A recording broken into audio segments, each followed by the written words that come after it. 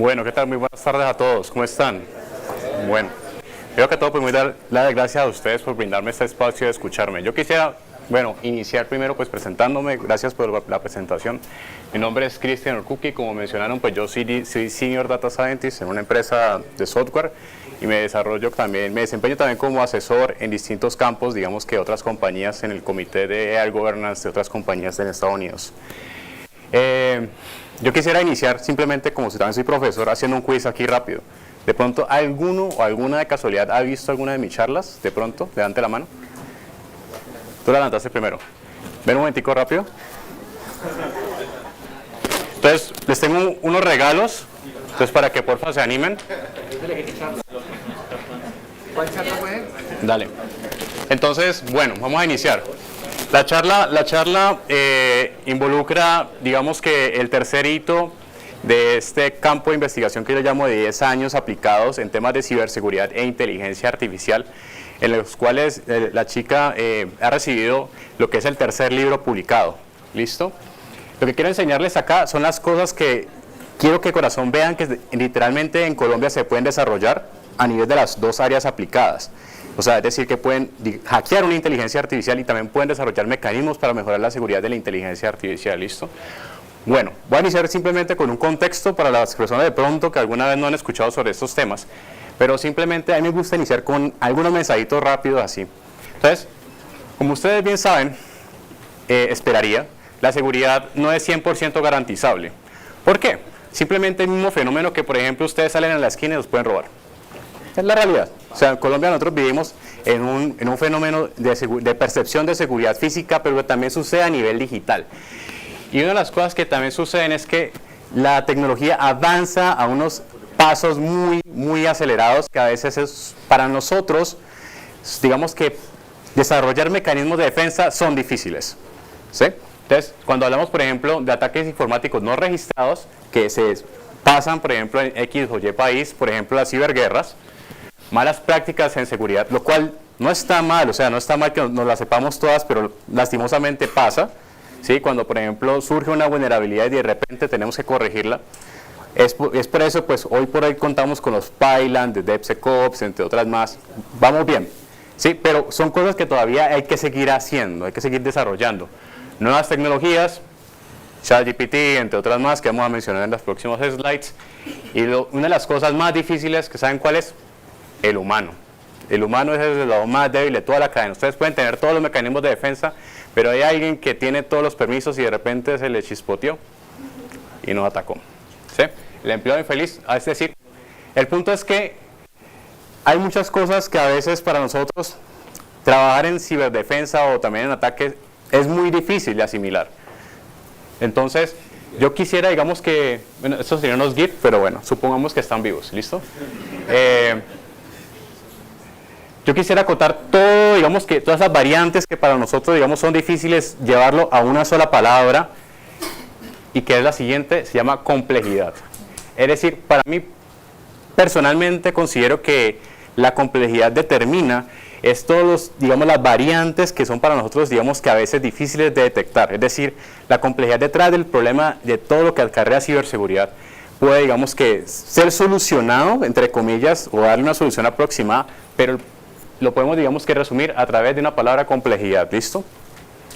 Mencionemos otros casos, vuelvo y juega para que ustedes asimilen el por qué esto es difícil.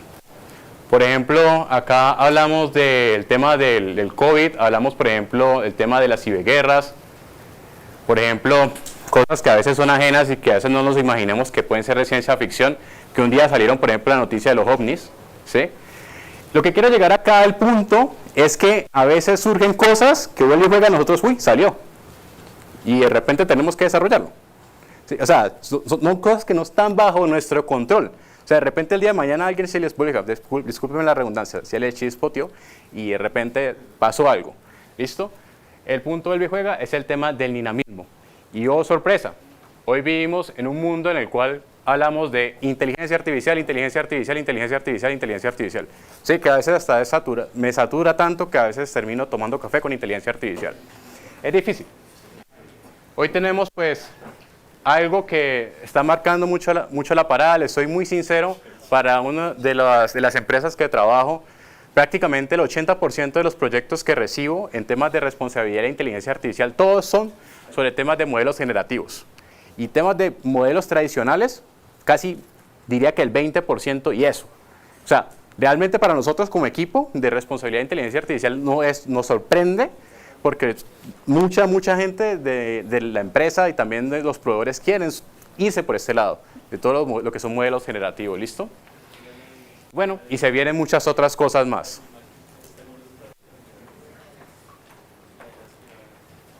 Listo. Alineémoslo con un poco de ciberseguridad para las personas que no han trabajado en esto. Y un poquito con el tema de ciencia de datos, ¿vale? ¿Cómo se han desarrollado los mecanismos de defensa que nosotros utilizamos diariamente? Por ejemplo, los antivirus o los anti-malware. Los anti-malware usualmente funcionan a través de una base de datos de firmas que son recolectadas a través de las investigaciones que un grupo de investigadores identifican.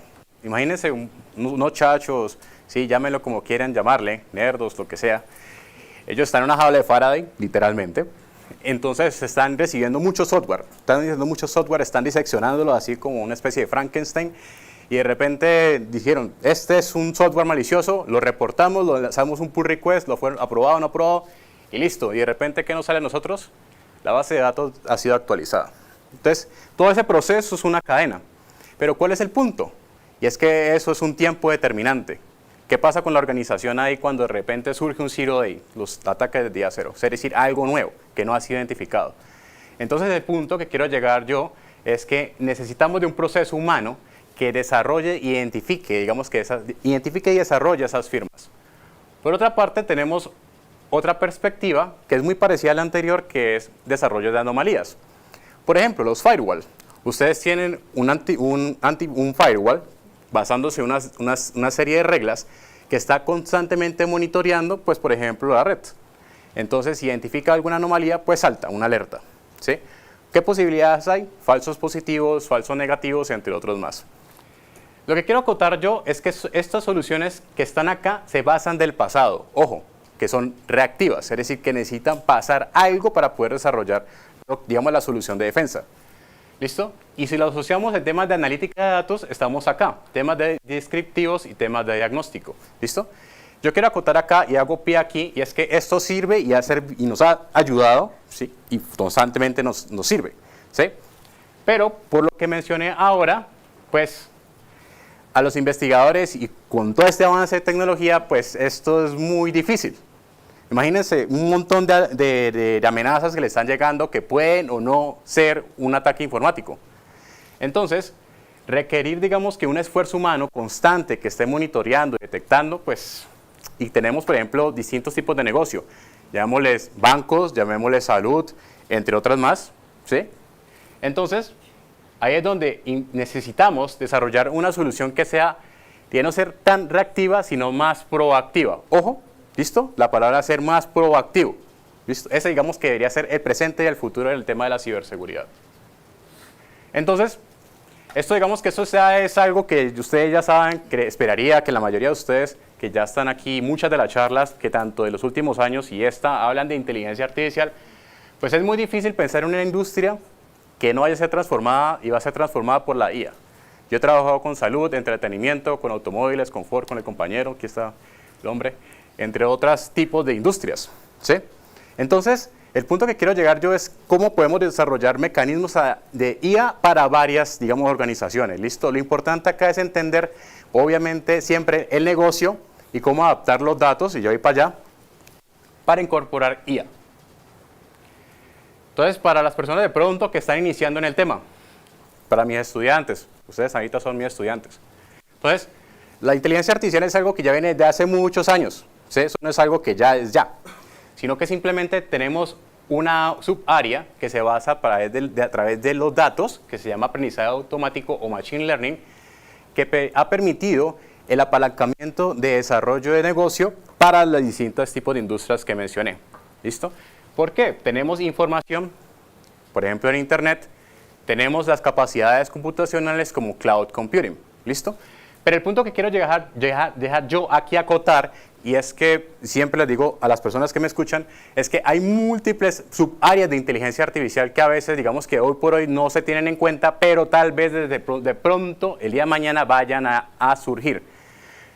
Voy a dejarlo acá, por ejemplo, un día, un compañero de trabajo me decía, no, que el aprendizaje por refuerzo, esa vaina, yo no sé cuándo se va a utilizar, cuando el negocio lo utilice. Y créanme que el aprendizaje por refuerzo hoy por hoy se utiliza. Entonces, el punto que quiero llegar yo aquí es que la inteligencia artificial es algo que a veces sube, baja, y hay un momento que sube demasiado. Solamente que hay de pronto una estrella que se le ocurrió, se le ocurrió la idea de negocio y le sacó del estadio. Eso a veces sucede mucho. Entonces, como les mencionaba, el Machine Learning o el aprendizaje de máquina busca desarrollar soluciones a través de información o variables asociadas sin ser programado de forma explícita. Si ninguno de ustedes, hagamos un test así rápido, ¿les parece? Así rapidito. Levante la mano, ¿quién ha desarrollado un modelo de Machine Learning? Levante la mano rápido, rápido, rápido. ¿Sí están viendo? ¿Sí ven? Casi la mayoría de nosotros ya desarrollamos un modelo de Machine Learning. O sea, es muy raro ya, digamos, que uno no entender esto. Pero el punto acá es que la diferencia entre un modelo de Machine Learning y los sistemas tradicionales, que se conocen como sistemas determinísticos, es que simplemente los tradicionales desarrollamos un conjunto de líneas que representan una función. Es decir, que tenemos una entrada y tenemos una salida. Y acá, pues, tenemos un conjunto de datos a través de una función que representa la información, tenemos un resultado que representa ese conjunto de información inicial. ¿Listo?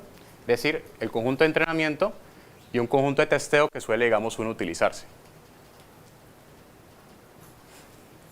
Por otra parte tenemos lo que es la ciencia de datos. Es claro que muchas cosas a veces uno quisiera, digamos que, quiero hacer modelos de Machine Learning. Sí, pero no. Hay una parte que a veces hay que entender muy bien cuando uno arranca en esto, es que uno debe entender el negocio.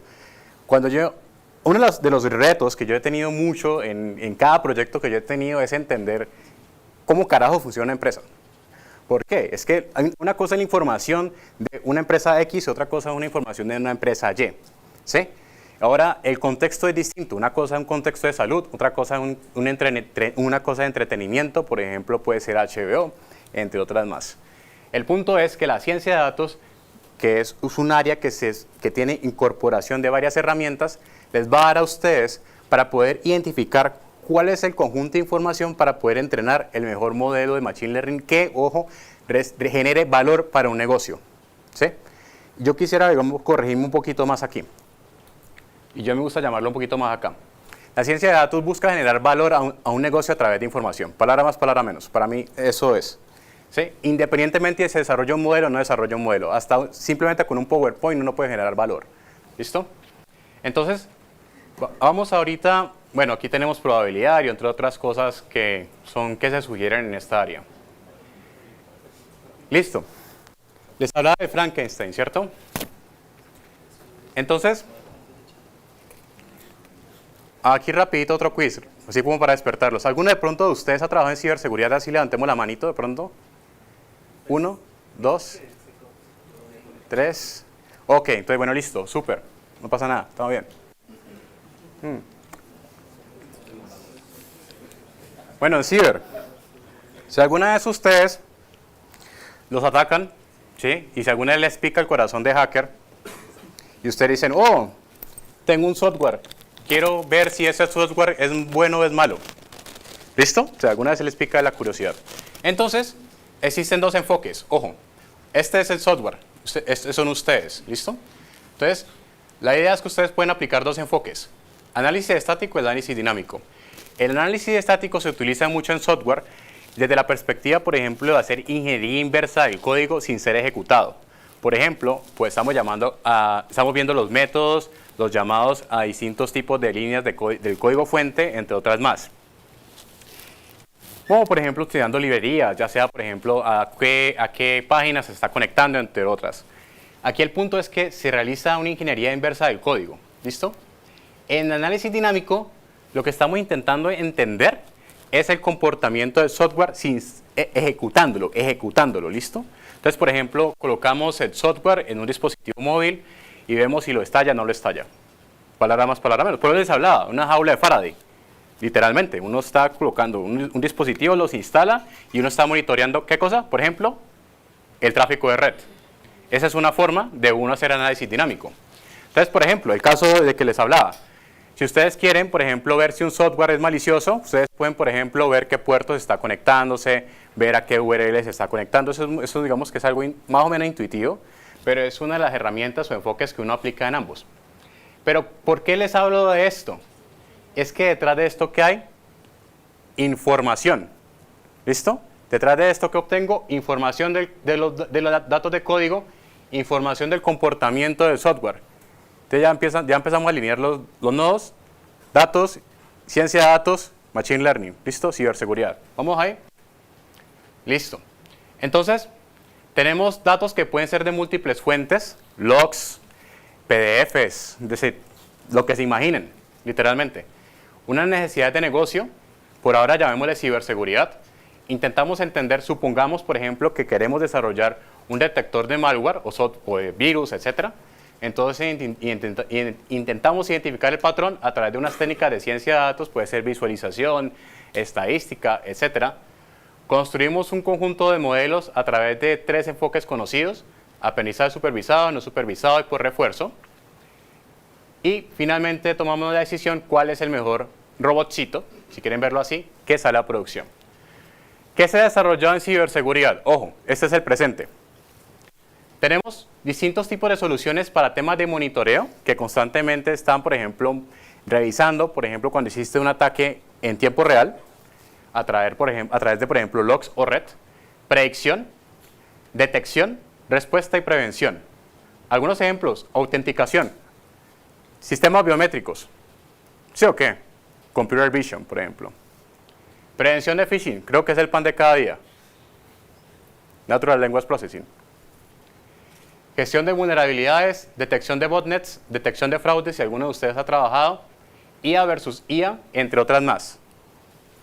Al final de cuentas, ¿qué estamos viendo? ¿Cuál es el valor que siempre tenemos que generar? Si tenemos datos, intentar alinearlos con el negocio, ¿listo? Y ya estamos hablando de, en la escala analítica, temas predictivos y temas prescriptivos, ¿listo? Ya aquí ya empezamos ya a alinear el tema de ciber e inteligencia artificial. Ahora sí vamos al contenido, ¿ya? ¿Qué hemos desarrollado en Colombia, específicamente en Cali, y también he tenido como asociación con otras personas aquí en Colombia y en Argentina? Hemos desarrollado más de 14 proyectos en ciberseguridad e inteligencia artificial.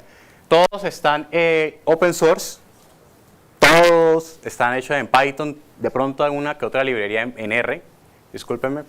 Pero bueno.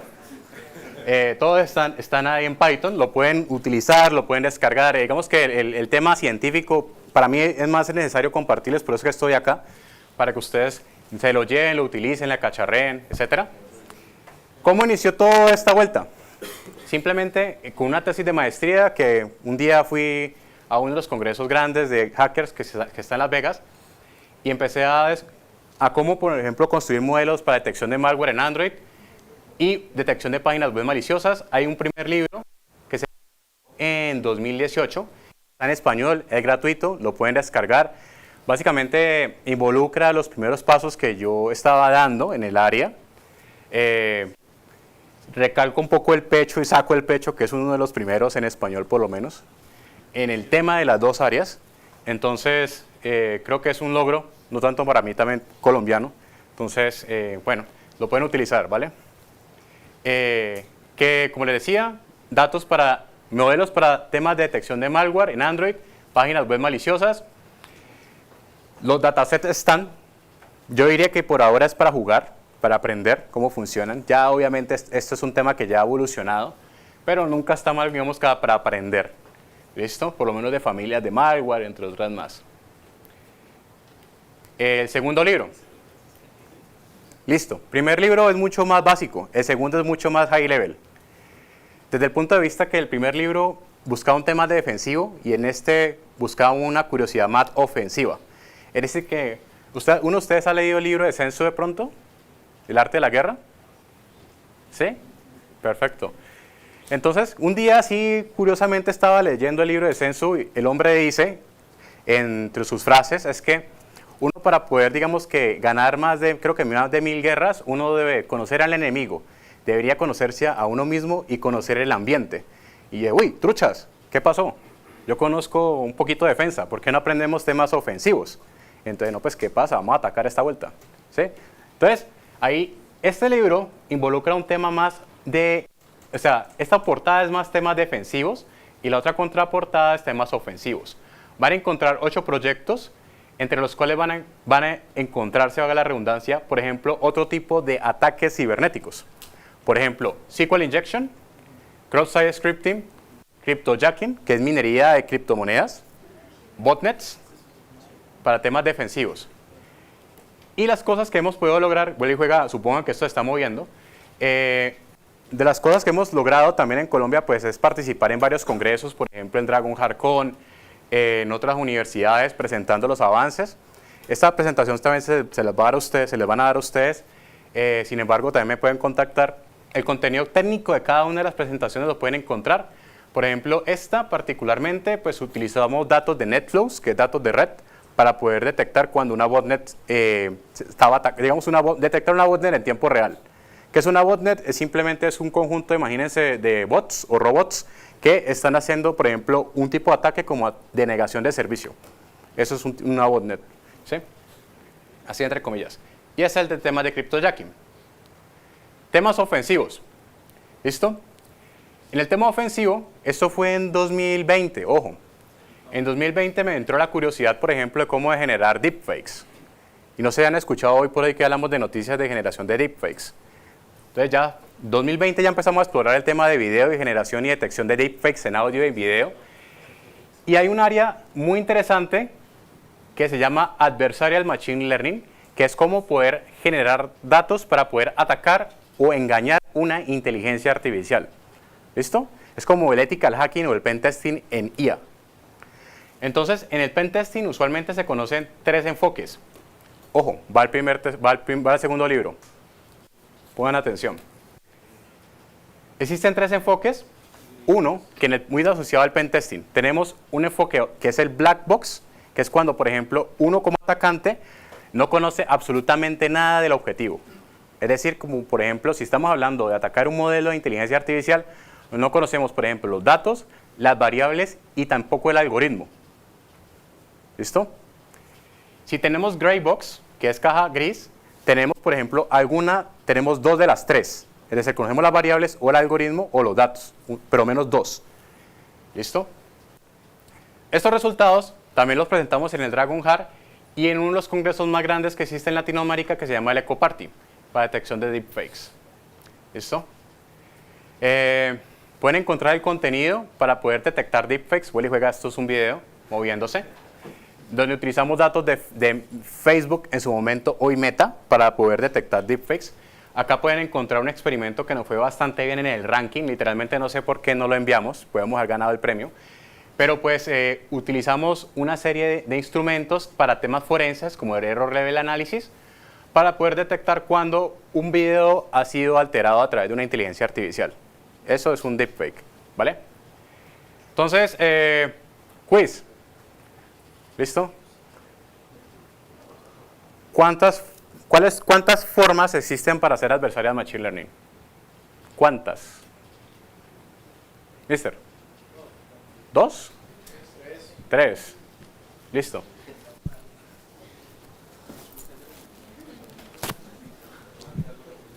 Sí. Ahí le tengo el tercero. Bueno, este libro es el más gordito. Tiene 8 proyectos.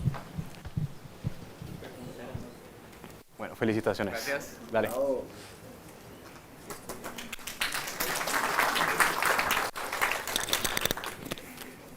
Y el tema de audio, a diferencia del anterior, utilizamos un tipo de modelo con capas muy especializadas para temas de análisis de espectro audio, que funcionan bastante bien, que son las Convolutional Long Short Term Memories, que funcionan bastante bien para poder hacer análisis del espectrograma del audio.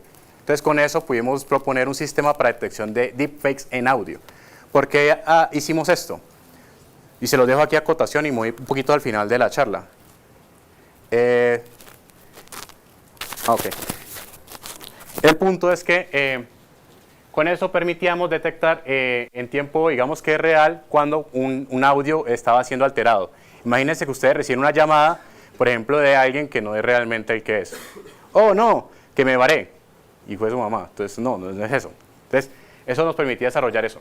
El último libro, ya que tengo de 5 minutos, fue bastante rápido, se desarrolló gracias a una beca de investigación que nos dio a Dragonheart y Andro en su momento, donde desarrollamos lo que se llama los últimos conceptos de inteligencia artificial que se utilizan hoy por hoy, que lo que son modelos generativos, como por ejemplo los Large Language Models.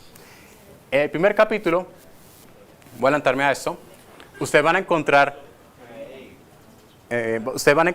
ya una introducción de cómo, por ejemplo, hacer ingeniería de prompts, cómo, por ejemplo, hacer una metodología para buenas prácticas de prompts, entre otras más.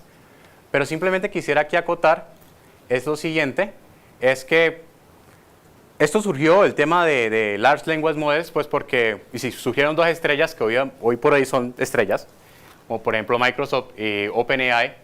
Una de las cosas que constantemente me asusta, no sé si ustedes han desarrollado modelos o han desarrollado soluciones de Large Language Models más bien, que constantemente salen cosas nuevas. Ahí me asusta literalmente, no sé si levantarme el siguiente día pues, sobre esto. Entonces, es difícil pensar en esto. Pero una de las cosas que yo empecé a explorar en su momento, en el año pasado, cuando estaba escribiendo este libro, pues yo sé que todo modelo de inteligencia artificial es vulnerable, sí o sí, por el concepto estadístico, y lo puedo decir acá. ¿Por qué? Porque hay errores. Entonces, cuando yo le hice esta pregunta a ChatGPT en su momento, en octubre, si no estoy mal, pues él me dijo esta cosa, yo no entiendo y por qué. ¿Sí? Entonces, yo sé que cualquier software es vulnerable, nada es 100% seguro. ¿Estamos de acuerdo? ¿Sí o qué? Entonces, obviamente, eso es un software, cosa que las compañías no entienden hoy por hoy, y es que el software es constante y es evolutivo. A veces las empresas quieren que las cosas sean para allá y las cosas no pueden ser para allá. Entonces, como ustedes pueden ver, en agosto de 2023 esta pregunta ya no pasaba. Esto es lo que se conocen como alucinaciones hoy por hoy. Pero eso es algo que es un tema dinámico del software. ¿Listo? Entonces, ténganlo presente. Hoy por hoy, ustedes pueden encontrar un top de vulnerabilidades recomendadas, por ejemplo, en el OWASP, top 10, de los tipos de ataques que existen. Como por ejemplo, les voy a mostrar uno que se llama el Prompt Injection. Entonces, una página que ustedes pueden utilizar, por favor, utilícenla bien, que es Jailbreak Shot. Ustedes pueden utilizar ejemplos de Prompt Injection para poder testear su modelo de LLM. Entonces, por ejemplo, por favor, ténganlo muy presente, ya casi vamos a acabar. Entonces, tenemos ChatGPT. Lo que quiero es que... Ay, esta vaina no tiene un GIF. Listo. Discúlpeme, eso es un PDF. Entonces, aquí lo que se estaba haciendo es que yo introducía un input donde yo quería que ChatGPT me generara un ransomware. Utilicé un ejemplo, o sea, ChatGPT no te puede hacer eso, éticamente. Entonces, yo utilicé un ejemplo de jailbreak. Básicamente, utilicé el mismo ejemplo, lo conecté a la pregunta, por favor, genéreme un ransomware. Si les pueden ver esta presentación para que me crean, ¿listo? Entonces, lo que este man me decía era que me generó el código de ransomware en Python. O sea, pude saltar el mecanismo de defensa. Es un prompt injection, ¿vale? Listo. Entonces, como hoy por hoy ya existen vulnerabilidades de LLM, entre otras más, hay papers relacionados. Este me gusta mucho, que surgió en el año pasado. Es como los modelos también pueden ser sesgados a través de datos generados, disculpen. Los modelos pueden, digamos, ser sesgados a través de otros datos creados por otros modelos generativos. Este me parece un dato interesante. A final de cuentas, yo como trabajo en el tema del comité de AI Governance de una empresa, nosotros constantemente siempre estamos vigilando esto, que es que en todo el pipeline de modelos existen sesgos, existen errores, téngalo presente. Entonces pueden existir, cualquier error es una vulnerabilidad. Cuando no existen buenas prácticas en temas de seguridad informática, hoy por hoy en Colombia creo que estamos muy quedados en eso. Entonces hay mucho trabajo todavía para hacer, para que por favor lo tengan presente. Van a encontrar un segundo capítulo que es el tema de un modelo que permite detectar vulnerabilidades en tiempo real. Un tercero que involucra cómo incorporar inteligencia artificial en un ransomware. Palabra más, palabra menos, cómo puede un modelo en ransomware no ser detectado por un mecanismo de, por ejemplo, un firewall. Vamos a saltar esto. Estos fueron los ejemplos que utilizamos de ransomware que están acá, no se alcanzan a ver bien, pero lo que hicimos fue hacer modificaciones dinámicas del tráfico de red. No se alcanza a ver esto. Este último, les voy a enviar el slide, yo les envío la presentación editada. Este último muestra lo último que hicimos ahorita, hace un mes y medio, que es un bot que permite orquestar tareas ofensivas.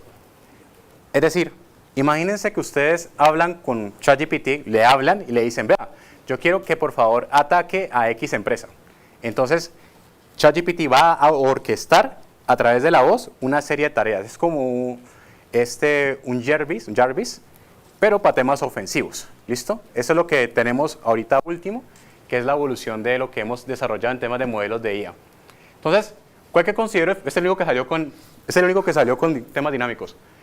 ¿Qué considero yo? Y esa es la conclusión de todo esto, digamos que la charla, es el futuro está en el tema de cómo podemos desarrollar temas educativos, no solamente para nosotros, sino para las personas, por ejemplo, mayores, en temas de, por ejemplo, no ser sesgadas a través de datos que no son reales o, digamos, desinformación, como le llaman hoy por hoy. Tendremos creo yo, un mundo donde podremos ser sometidos al chantaje, la difamación y tal vez al tema del contenido gore. Creo yo que hay una muy buena oportunidad de trabajo. Los invito a ustedes que están, muchos de ustedes alzó la mano en temas de IA, pero muy pocos habló de temas de ciberseguridad. La invitación y el futuro está allá, ya lo vieron, porque muy pocas personas no trabajan en ciber. Entonces, mi invitación es que por favor nos veamos allá. Muchas gracias a ustedes, les agradezco por su tiempo.